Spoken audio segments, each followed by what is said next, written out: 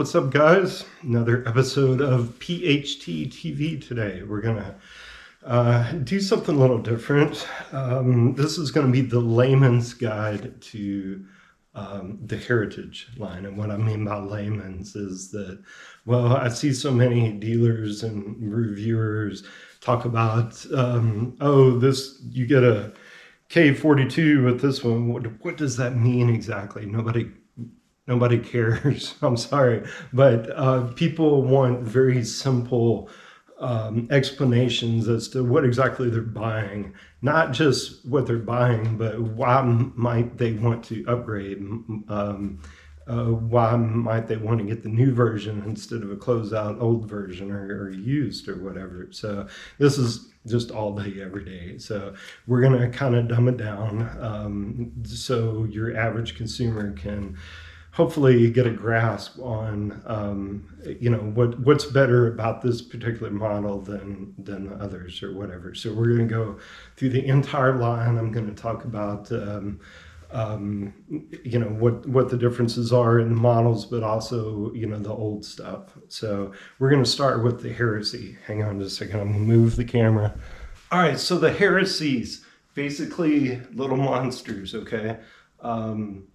Heresy's always been known as the quote-unquote the poor man's heritage, and people say that lovingly, kind of. But realistically speaking, if you're if you're a country boy like myself and you don't have 36 grand for a set of Jubilees, but you enjoy the Paul Klipsch designs, these start becoming you start looking at them real hard, and it's just much more affordable. Plus just the space factor. I mean, they do save space.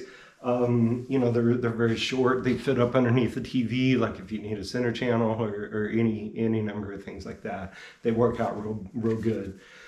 Now, what's different about the new ones is that the new ported design, okay?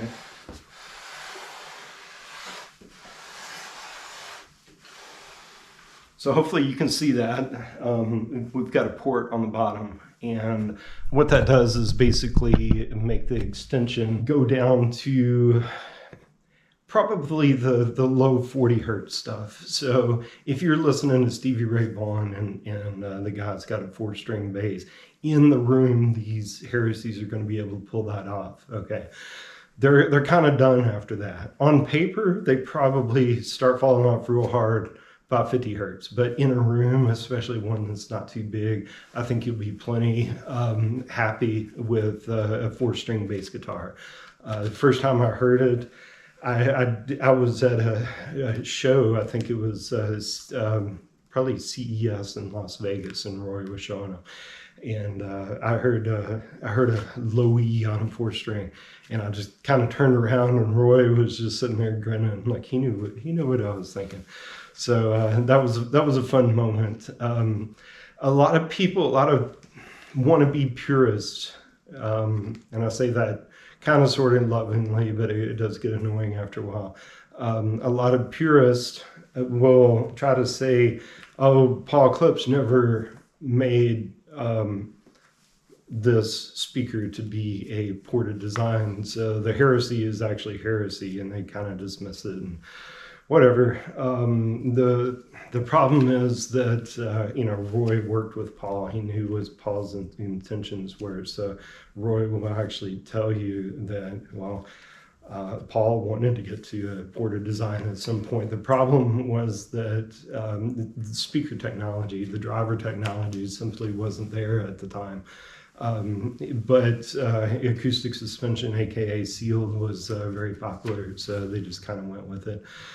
But that's apparently in the back of his mind, and it wasn't until fairly recent times where you could actually get a driver that could fit in work with a ported design in such a small box, and he did it.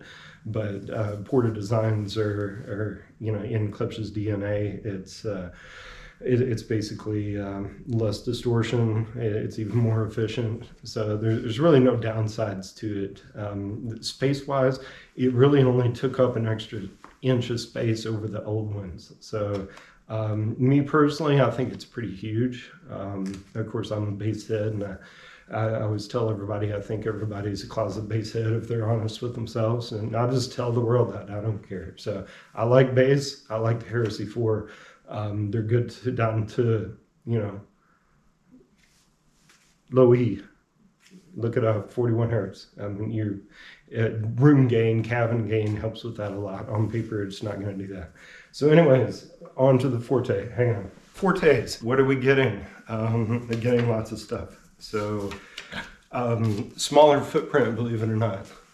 If you look at the spec sheets, if you look at what the Heresy actually takes up on the floor, believe it or not, the Fortes are actually smaller. So that's actually you know, a big plus. It's really your footprints that's the problem on speaker designs, and how well it tucks onto the wall and into the corner or whatever. It's not necessarily the overall size. These are actually a little more pleasing to the eye as well. It gets everything up off the ground. You know, the sound's more ear level. It looks like a more modern design, of course. The bass actually does dig deeper. I would say, I don't know what it says on paper, to be honest, but you know, just in a room, in a typical room with typical cabin gain, it's pretty strong down to about 30 hertz. So if you start playing some electronic music that you know is, you know, 27 or so, it starts struggling. But realistically speaking, nearly all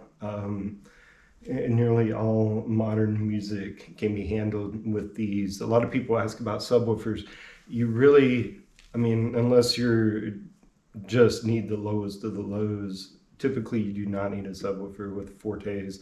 If you're a bass head, these are the most bassy speakers. I mean, honestly, I took a 40 watt receiver and I took some bass boosted M&M, and I was literally sustaining 110 dB with bass boosted M&M on the low notes, and that was probably 33, 35 hertz on the song I was playing with. So yeah, tons of bass from these.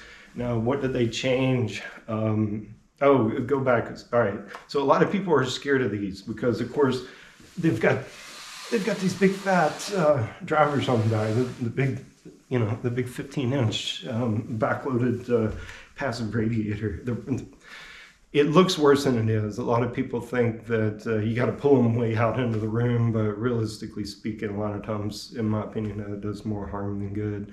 And the science kind of agrees. You know, if you look at the wavelength of, let's say, 80 hertz, and you know, what is around that is around 20 feet or something like that. And what's going to happen if you pull it out, you know, 4 or 5 feet into your room? Well, that's, you know, that's a quarter wavelength, and you know what's going to happen is the bass is going to go backward. It's going to bounce off that back wall. It's going to come back forward, and by that time, you know, if it's traveled 8-10 feet, and you're looking at wavelengths that are 16, 18, 20 foot long, it can cancel each other out. You can get a big notch. So pulling it out into the room can actually be detrimental to your bass. So you see audiophiles automatically doing it. That's not something I agree with. It's not good. So realistically speaking, the only thing that you have to keep in mind, it does need to breathe a little bit, but you really only need about 8 inches. And Roy's been on record in video saying you really only need 8 inches for that passive radiator to breathe. So thinking that you have to pull it way out into the room and have it look ridiculous, that's not something I agree with. So these can be pretty tight, and they're very forgiving. Like you saw my big fireplace. For whatever reason, Fortes work very well in this environment. Cornwalls, if I put the Cornwalls in the same spot, a lot of times there's a big suck out on the bass. So for whatever reason, Fortes actually work better. So what did they change with the new version? So what did they change on the new version? Quite honestly, the new version is just way better in terms of comfort. So it's easy to look at the old ones and think, oh, I should get those. It's almost the same thing, because let's be honest, it's the same cabinet. It's the same passive radiator. It's the same woofer. It's the same mid-horn. The compression driver did change. The tweeter did change. Of course, the tweeter horn's got a little phase plug now, but all that stuff is pretty minor. What they did change, what the biggest change is actually the crossover. Crossover is much more complicated now, which also means it's much more expensive to build. When they built the Forte 3, they were trying to hit a particular price point, and they, you know how that goes, the old engineering adage, you know, project management triangle. So fast, good, cheap, pick two. So same old story. But with this new one, the Forte 3s was so popular, they basically said, you know what, let's just make it as good as can be. So these are very comfortable. And by what I mean by that is most people put their speakers in this really reflective room that has really bad acoustics. And if you do that with the Forte 3s, they can run you out of the room, to be honest. Forte 4s fixes that. It's a huge difference. Also, very good rock speaker. Again, very comfortable when you turn it up. A lot of speakers have the shrilliness, you know, 3-4 kilohertz.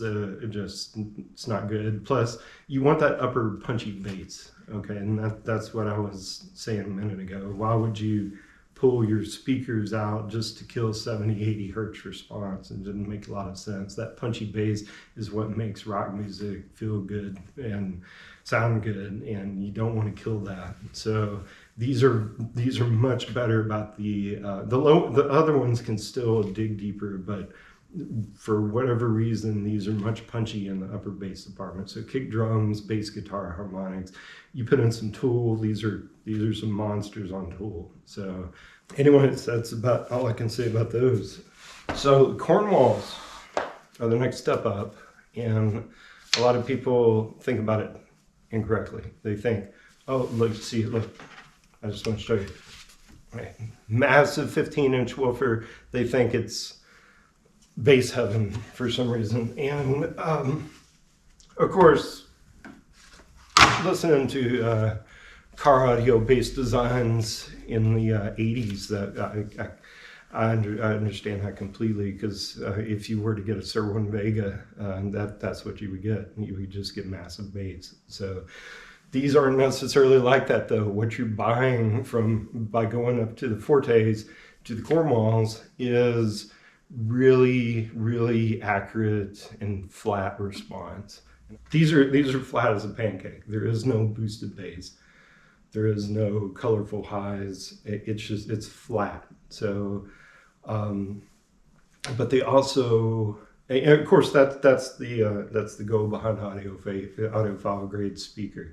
Look at James loudspeakers, for example. They even have to warn people, look, these speakers are very flat. So that's what you're getting. These are accurate. So if you have a crappy recording, it may sound worse on these than others, but you know, if you feed it good stuff, which is what you should be doing of a speaker of this caliber, I think you'll be very pleased. The mid horns is the magic on these. So they basically have, I tell everybody, it's got trickle down pro audio DNA. It sounds live, and the most telling sounds that I can show people or get them to listen to that shows this off is the Tedeschi Trucks Band. I've mentioned that over and over again. Tedeschi Trucks Band, the dirt trucks, has a tone on his guitar. A lot of people says it has a lot of bite to it. So if you hear them live, it's really something special. If you hear it anywhere else, it's pleasant enough. You can put it on any set of car speakers and you're going to enjoy it. But if you hear Derek Trucks live, you'll know what I'm talking about. These make Derek Trucks sound live, and it's really special. They're mid-bass monsters too. And what they're not necessarily is super low bass monsters, like I mentioned earlier. Like I said, Forte is actually probably dig deeper.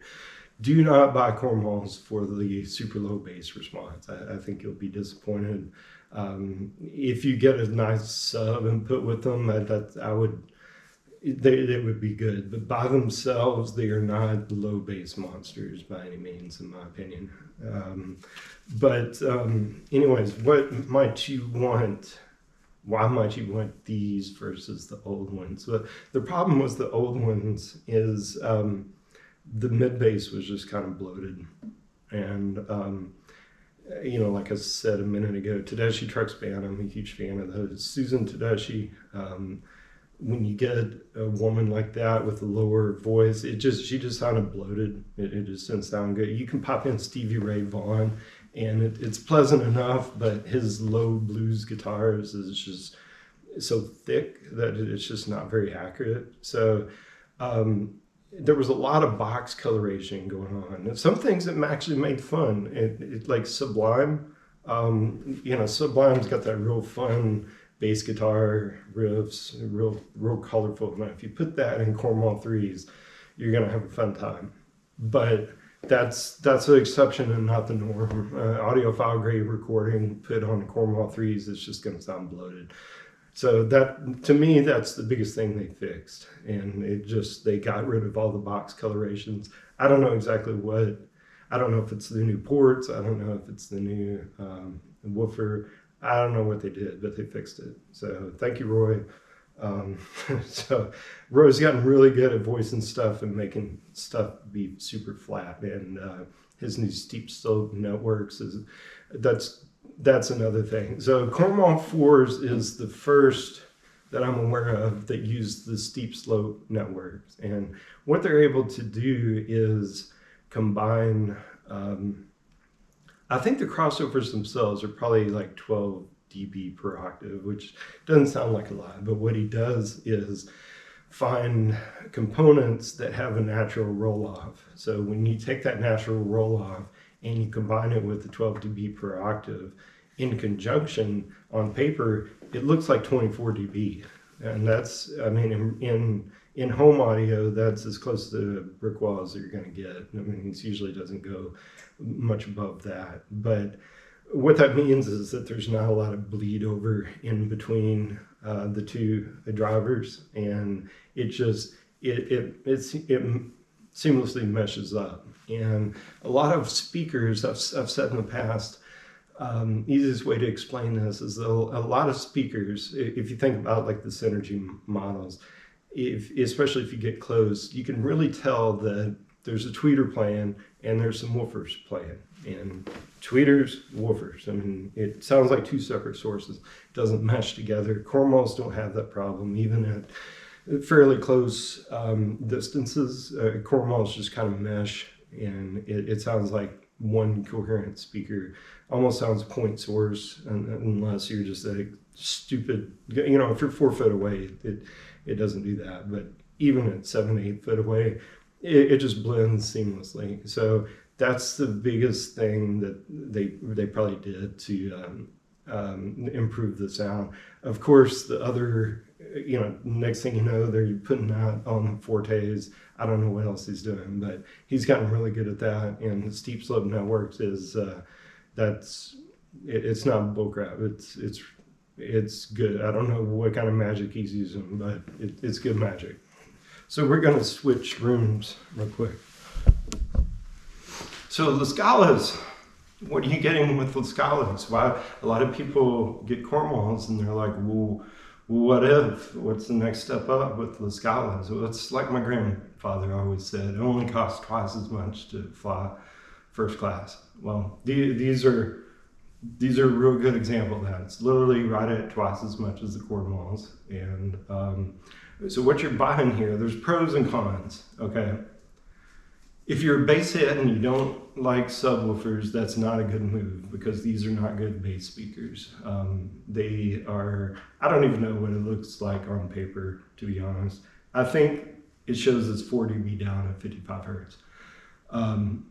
That's not too good in terms of modern speaker design. You really need a sub with these, depending on what kind of material you listen to. So if you listen to Billie Eilish and that type of stuff, yeah, you need a sub. If you listen to classic rock, you can probably get away with it. So cabin gain in a room is really going to help. But yeah, it's they start falling off below 70 hertz probably.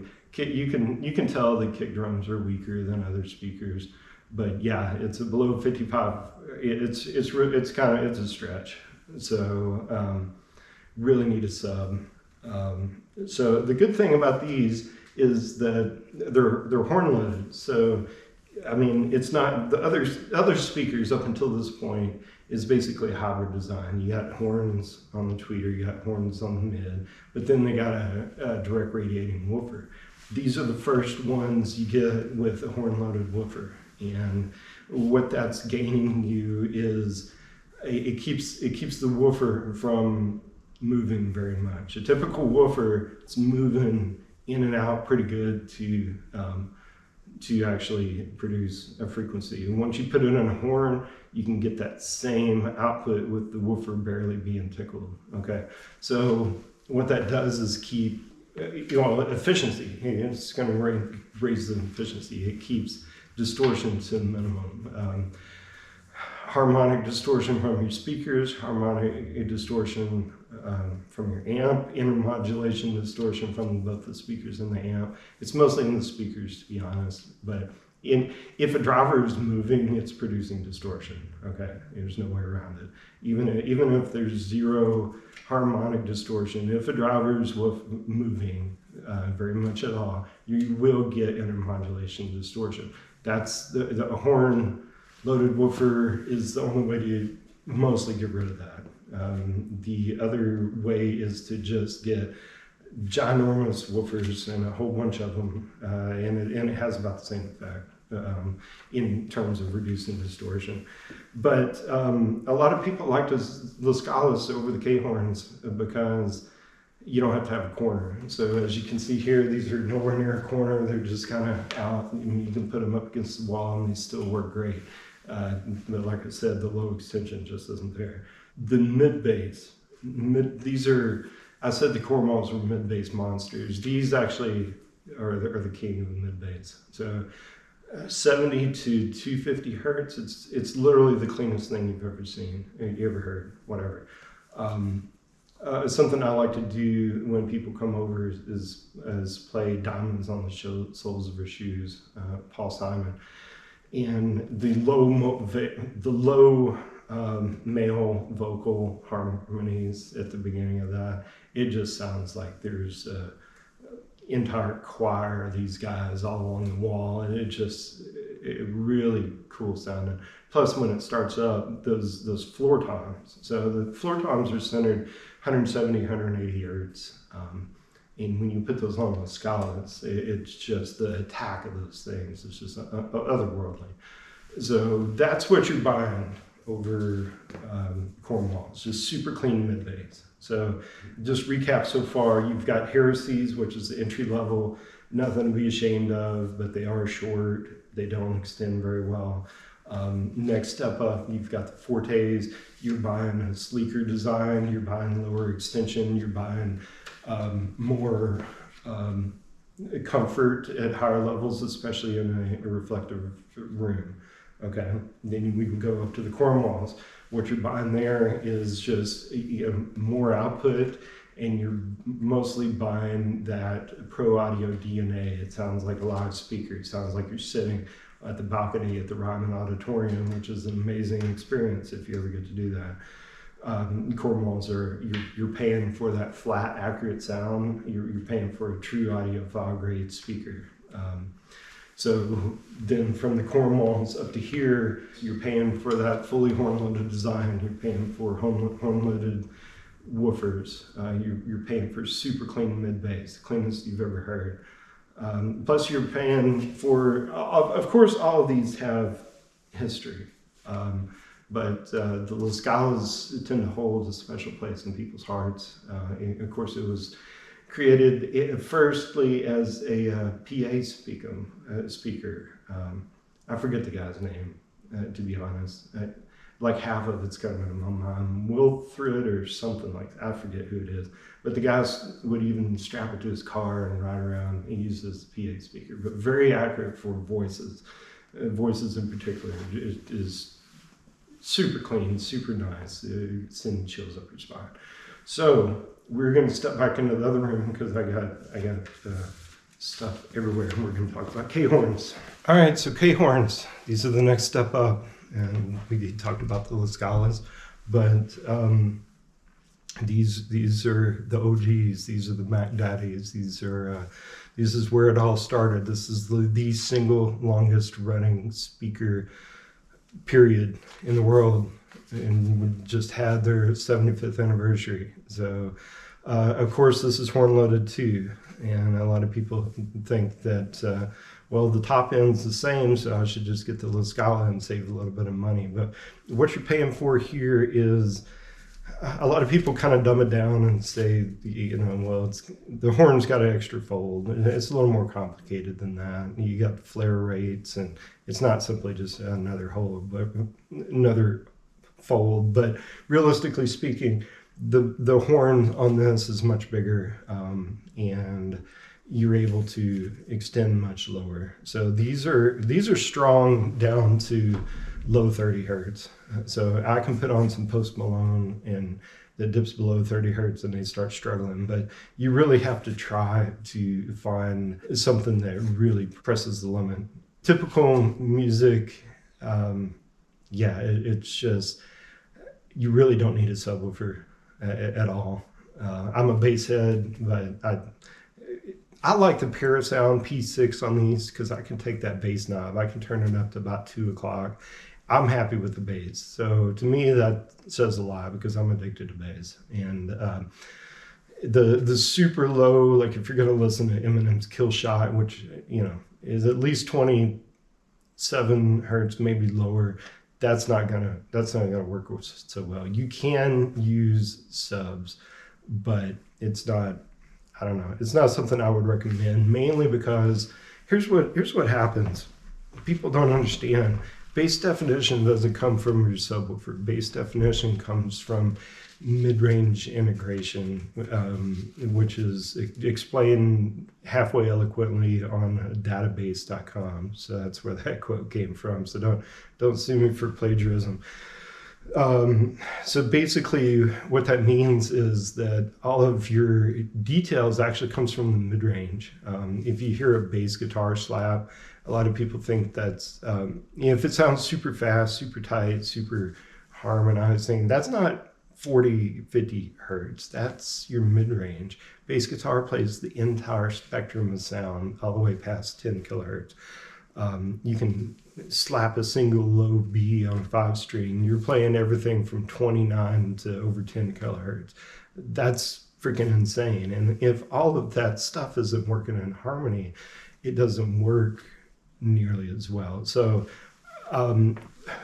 point is, if you get a subwoofer and you pair it with these, unless you know what you're doing, unless you can measure, unless you can integrate them really nicely, you're just going to muck it up, man. I'm sorry, but you're probably doing more harm than good. Will you get a lot of bass? Sure. Will it be more sloppy and muddy and nowhere near as clean as what you should be getting? Yeah, probably. You're probably screwing it up. So if you're just going to get a SPO 150 and put it in the same room and call it good, just don't.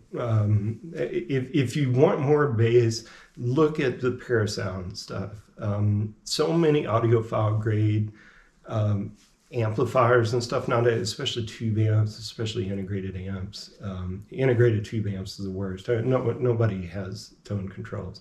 The Parasound, I believe, that's audiophile grade stuff, but it does have tone controls, and it sounds good. Take that bass knob, turn it up about 2 o'clock, and in my opinion, you're not going to feel the need to have the subwoofer unless you're just really actively looking for stuff to need a subwoofer for.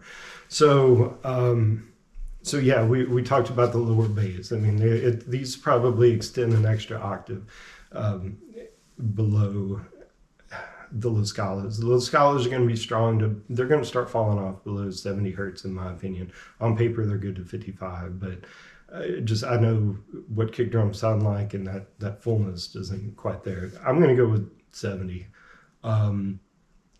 K horns, I would say they're plenty strong to 35. 35 hertz is no problem with these things in a room. I think they're good to 30, and below that they're going to struggle. But that's a huge improvement over the La Scalas. On either one of those, if you get subwoofers, I hate to use the term fast, but when people say fast, subwoofers should be used with it. That's what they mean. So what you want with a subwoofer is ideally get a horn-loaded subwoofer. The problem is we don't sell any good ones right at this minute. Hopefully Klipsch is going to come out with a Heritage sub that's horn-loaded that will do a better job. But as of now, you've got some of the Danley stuff, you've got GTR stuff. Ideally a horn-loaded sub, which matches the air impedance, and that's way too complicated to get into on something like this. That's what's ideal. If you're going to go with a different kind of subwoofer, make sure you get something flat and accurate. That's the biggest thing. If you get something that's colorful and muddy, that's not going to work too well. Something that's got plenty of upper extension, which is where a lot of those harmonics comes from. But yeah, it just needs to be very inert, very flat, very accurate. We've had good luck with even SVS. Even a simple SVS PB2000 Pro is going to help out La Scalas quite a bit. So believe it or not, but yeah, the footprint on these. Me personally, I like these better than the La Scalas. Everybody's like, oh, you can take La Scalas and put them out in a room, and they think it saves space. And me personally, these tuck into a corner. Your corner space is just wasted anyway. So to get a massive speaker like this, be able to shove it up into the corner and have it tuck away, I think that's glorious. Like I said, it's wasted space anyways. Once you do that, the apparent footprint, the footprint that you think it takes up, I think it's very small. I mean, they are massive, but going in a corner just makes them lose weight real quick. But yeah, more than anything is the history. Like I said, this is the longest running speaker. So if you want the real deal, if you want a reproduction of where it all started, this is what you want. Everything else is just kind of it's a compromise in some sort. You're either compromising low extension with the La Scalas, or you're compromising the height with the Heresy, or you're compromising with the not having a horn-loaded woofer at all with Fortes and Cornwall. So this is the ultimate in most people's mind, and that's what you're paying for. So that's not all though. But wait, there's more. Hang on.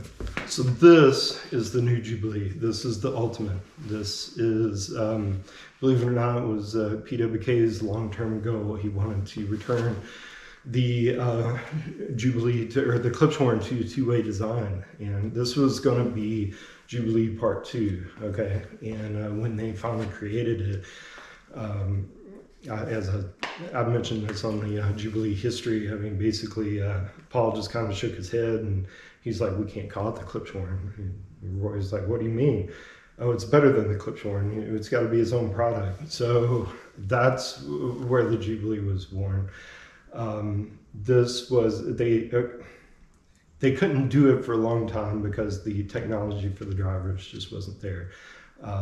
To get a two-way design out of a Klipsch horn, you have to take the baseband and you have to raise the extension up, but you also have to take a compression driver and lower that extension. So the first one they did, actually they got to like 800 hertz, and that was a big feat.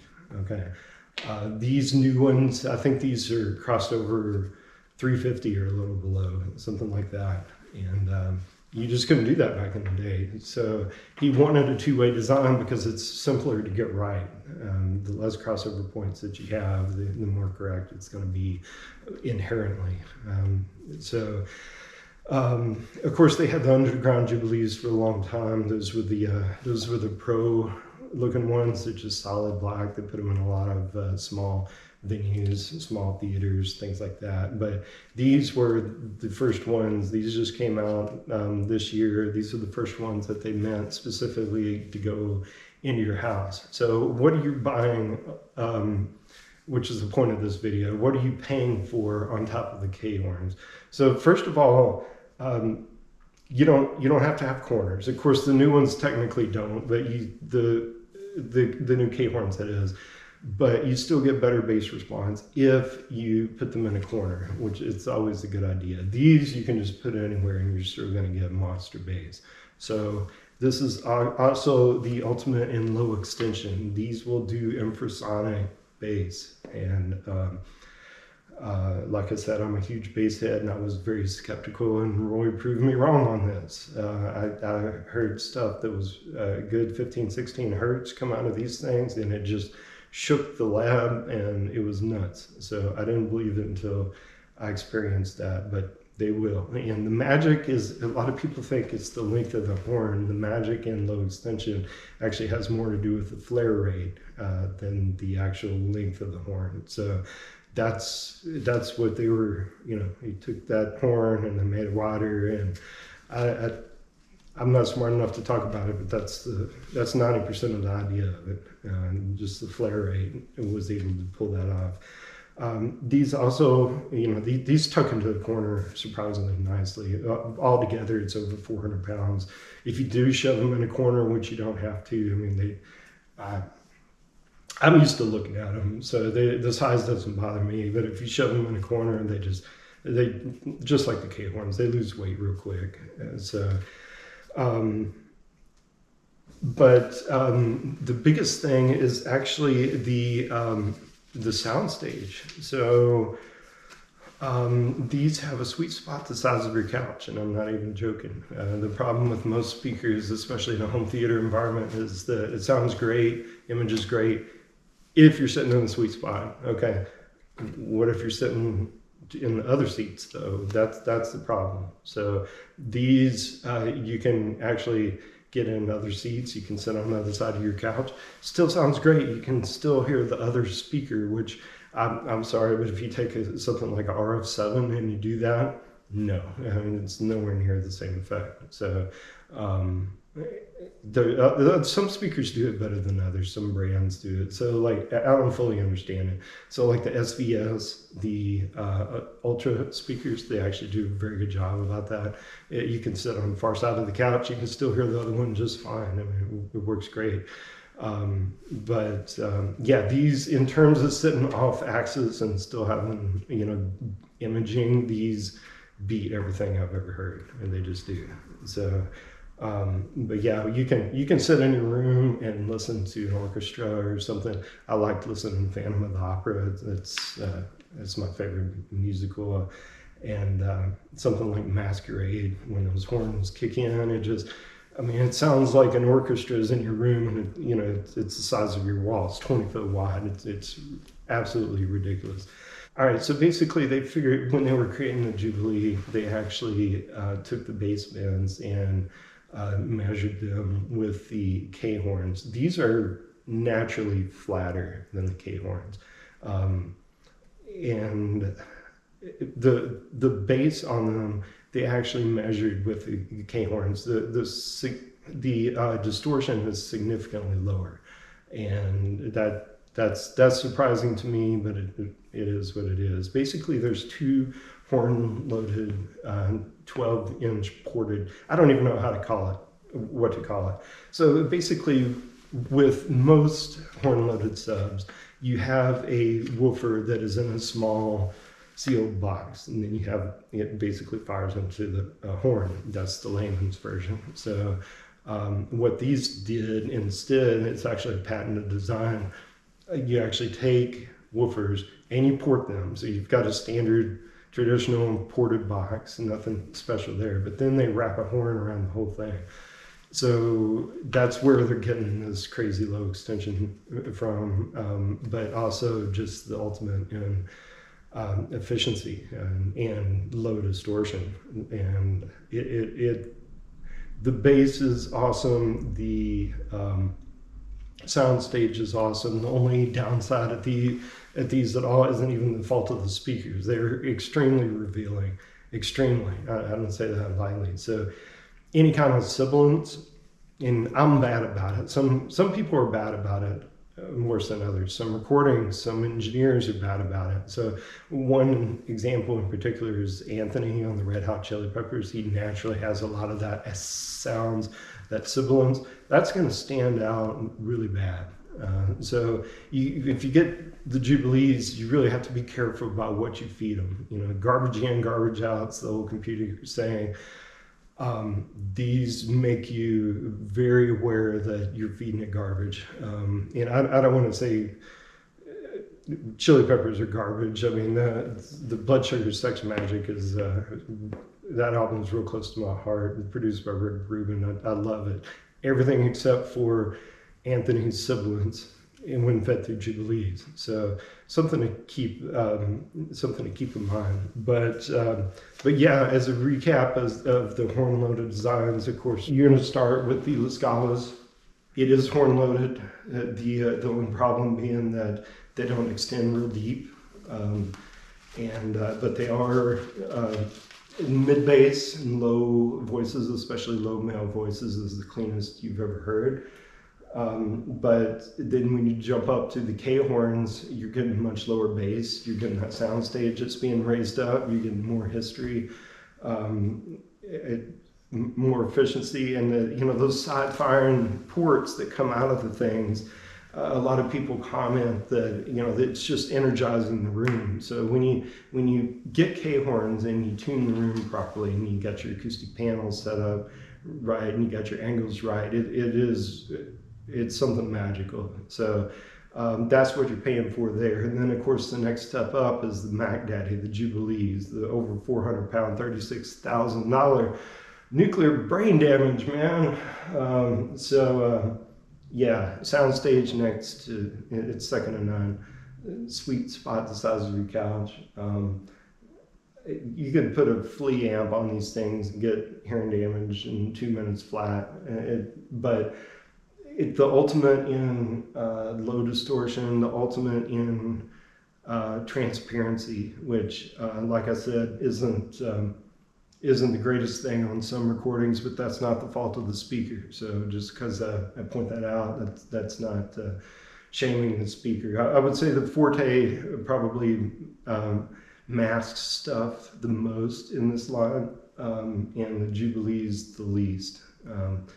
But the Cornwalls are right up there with the Jubilees, in my opinion, but nowhere near on that level. But they are very transparent.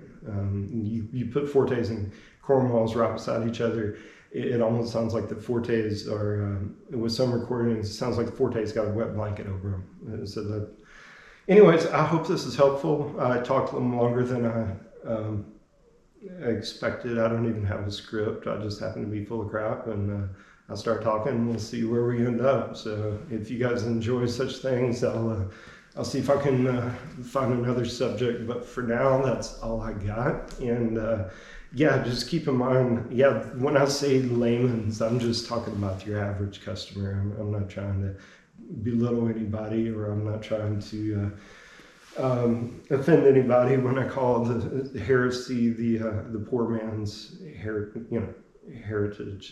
Just everybody just kind of lovingly called it that for a long time. Look, I get it. I'm from Kentucky. When I started this business, I had $0 dineros, and I took out a $10,000 card and I maxed it out to get started. That was my funding money. So look, I get it. I mean, $3,200 for a pair of speakers, that's nothing to sneeze at. So for a lot of people, that's all they can justify, and that's perfectly fine.